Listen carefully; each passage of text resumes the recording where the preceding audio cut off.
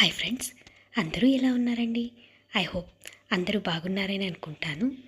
నేను మీ సంధ్యాశేఖర్. After a long time మళ్ళీ ఒక చిన్న కవితతో మీ ముందుకు వచ్చేసానండి.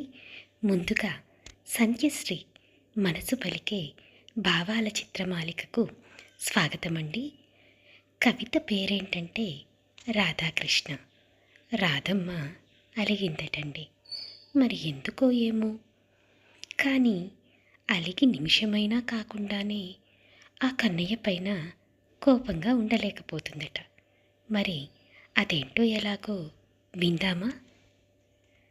నాలో నిన్ను దాచేశాను, లేక నువ్వే నేనైపోయాను.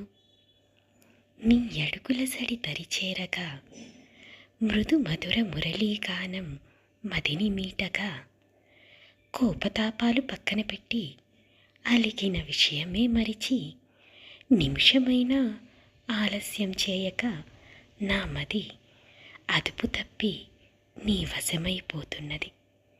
కృష్ణ, ఇలా ఊరించి ఉడికించి నీ మాయలో నన్ను ముంచి నీ వశం చేసుకునుట న్యాయమా?